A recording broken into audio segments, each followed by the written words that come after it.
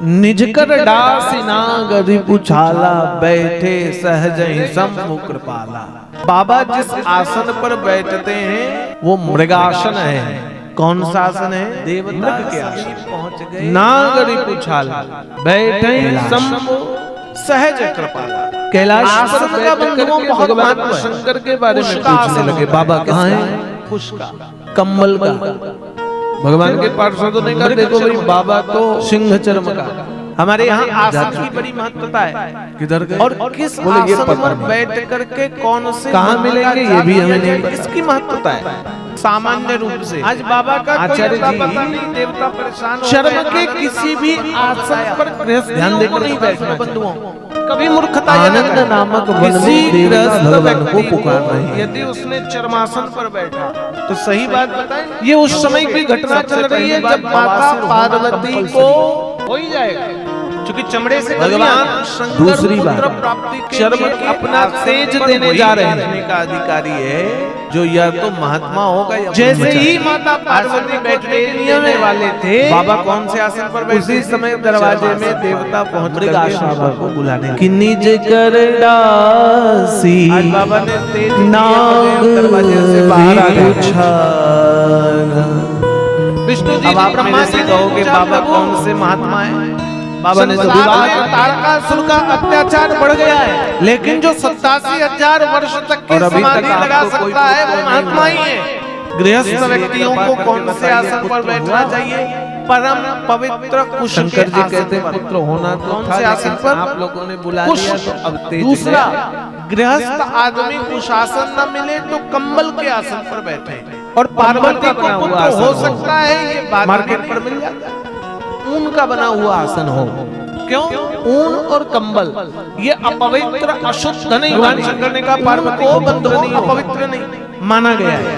प्रभु आदि का जो ऊन होता है आपका अंश वो अपवित्र नहीं होगा। हमारे वैष्णव महात्मा भी मानते हैं कि ऊन भगवान ने कहा आपको अपवित्र नहीं करना पड़ेगा, लेकिन जो जैकेट पैकेट पहन लो, शौच आदि चले गए, सोचने लगे भगवान के ऊन के वस्त्र को अपवित्र नहीं।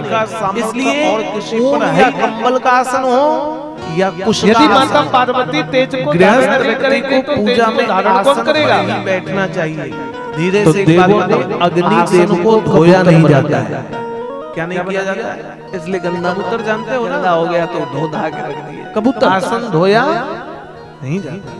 और अग्नि देव को कबूतर में हर कोई नहीं बैठ सकता। आप भगवान आज बाबा ने अपना आसन बैठाया। निज कर डासी नाग रिपुछाला। आज अग्नि देव ने भगवान शिव के तेज को धारण किया तो सहज भगवान बैठे। आज भगवान है टेंशन नहीं, देव ही जलने लग गए शिव के। कई बार आदमी फ्री होता है तो आराम से कुर्सी में डालता। भगवान शिव के तेज को आज अग्नि देव भी धारण नहीं कर सकते। आज बाबा कैलाश में तो ऐसे ही अग्नि देव ने देवों को कहा आप हमारी रक्षा करें। यहाँ कहा है कि पार्वती देवताओं ने कहा हम आपकी रक्षा नहीं कर सकते। पार्वती अग्नि देव कबूतर का रूप धारण करके कहीं मां भवानी। और पार्वती ने देखा समय अच्छा है तो छोड़ दिया। भगवान शंकर के समय छोड़ दिया। और मैंने कहा था ना, जोर से बोलो, सती को भगवान ने सन्मुख आसन दीना। सती को भगवान कहाँ बैठाते थे? सामने। देवों ने सती को भगवान कहाँ बैठाते? देव को गंगा जी में जाने के लिए कहा, गंगा जी ने वो तेज छोड़ा। बाम भाग अग्निदेव किसी तरह हर दी। गंगा में जैसे ही शिव का तेज गया तो भगवती गंगा को भी व्याकुलता बढ़ने लगी। क्या करूं मैं इस तेज का? जान प्रिया ऋषियों की पत्नियां आधे जल में प्रविष्ट हो पार्वती जी को वाम भाग में बैठाया। पुत्र की कामना। अब ध्यान दीजिए, आगे की कथा कर रही है। पार्वती जी बैठ गई, आधे जल में डूबी है कमर तक।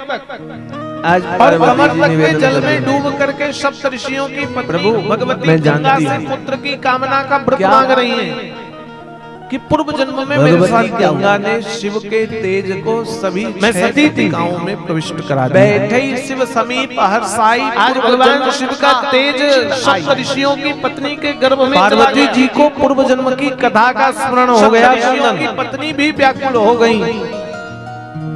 तेज को हम धारण नहीं कर सकते हैं। वापस आकर के अपने ऋषियों को बताया ऋषि समस्त प्रकारदर्शी मेरे से उन्होंने कहा इसमें शिव का तेज है, शिव का अंश है। उस गलती के कारण उन्होंने कहा छोड़ना जन्म देकर और मैं फिर देह लेकर समर्पित कर दीजिए। इसलिए मैं आपसे निवेदन करती और समस्त देवियों ने गलती के कारणों को गर्भ से बाहर निकाल कौन सी गलती के कारण में परिवर्तित कर दिया मैंने ऐसी कौन सी गलती कर दूसरी प्रभु अब मैं आपके धर्म सुंदर से बालक का जन्म करा देती हूँ। और धर्म पत्नी शिव के तेज से बालक का जन्म हुआ मेरे और जैसे ही बालक का जन्म हुआ आशीर्वाद भी दी। तो कृतिकाओं की पत्नियां पार्वती ने पूर्व जन्म कथा चिताई, पूर्व जन्म में क्या गलती की वो बताए। पूछा ये बालक तो मेरा है, आज बाबा ने गर्भ में रखा बालक मेरा है। यदि पुत्र की कामना है और अब समस्या हो गई, 6 माताएं बालक के क्यों? भगवान ने कहा चिंता मत करो, नहीं पता है ताड़का भगवान उसने 6 मस्तक धारण कर लिया। कितने जोर से बोलो। वो जानता है कि भगवान शिव का विवाह हो गया है, काम में मारे भी जा चुके, तो भी शिव अंश प्रकट महाराज आकाश मार्ग से जा रहे हैं, इसलिए वो तुम्हारे विश्वामित्र जी को बुलाया उन्होंने आघात करने के लिए। और बालक ने कहा देखो मेरा नामकरण करो। आज भगवान शंकर ने विश्वामित्र जी महाराज ने कहा मैं नामकरण निश्चय कर दिया। नंदी भृंगी को बोले आप देखो नंदी भृंगी एक काम करो, नामकरण तो करा ही, तुम लोग यहाँ से जाओ। कैसे करूं? कैलाश के चारों ओर रहो, मैं ब्राह्मण नहीं, कोई भी आए उसे कह देना बाबा भोले भगवान और पार्वती के पुत्र ने कहा चिंता मत करो। कहाँ गए? मेरे नामकरण करने से आप और ब्रह्मर्षि के रूप में विख्यात पार्वती आनंदवन की उन्होंने शिव के पुत्र का नाम रख दिया षडानंद। कैलाश से आनंद चले, क्या नाम रखा? नंदी भृंगी भगवान के गण भगवान शिव का पूजन ध्यान करने लगे कैलाश पर्वत से। जो कई समय बीत गए, षडानंद कार्तिकेय कई वर्ष बीत गए। भगवान विश्वामित्र जी ने कहा देखो सैकड़ों वर्ष 6 महीने के बाद लालन पालन ये भी नहीं करे, पुत्र होने की कोई सूचना, लेकिन ये राज जैसे ही पता चलेगा तो कैलाश आपको भगवान कहाँ है ये भी किसी को नहीं पता। कृतिकाएं पार्वती जी कहाँ हैं ये भी किसी को नहीं पता। 7 पालने लग गई आकाश। आज इंद्र ब्रह्मा जी के पास गए, भगवती और ब्रह्मा जी को बोला ब्रह्मा जी आपको पता है भोले बाबा का लेकिन एक पुत्र हुआ है नहीं हुआ? कैलाश पर्वत पर कोई लाला वाला हुआ है? ब्रह्मा जी बोले हमको भी नहीं हो गया। आज आज आज ब्रह्मा जी ने बोला देखो विष्णु जी से तो माता विष्णु जी के पास सभी देवता ब्रह्मा जी के सहित पहुंचे। विष्णु जी को कहा विष्णु जी शंकर भगवान का कोई पुत्र हुआ ऐसी कोई सूचना है हमें? विष्णु जी बोलते ये सूचना हमको भी नहीं। इंद्र कहते इतने वर्ष बीत गए, विवाह के इतने वर्ष तक यदि पुत्र की होने की सूचना नहीं है तो कहीं ऐसा तो नहीं भोले बाबा के यहाँ पुत्र ही ना हो, संतान ही ना हो रही हो। देवता चिंतित हो गए और देवता व्याकुल हो गए। विष्णु जी को कहा चलें हम सब कहां? कैलाश की तरफ चलें। हम लोग कैलाश जाएं। कब से खड़े और कैलाश के लिए चल पड़े देवता सब। और कैलाश में खड़े होकर सभी देवता भगवान शंकर को पुकारने लगे कि कब से खड़े हैं झोली पसार।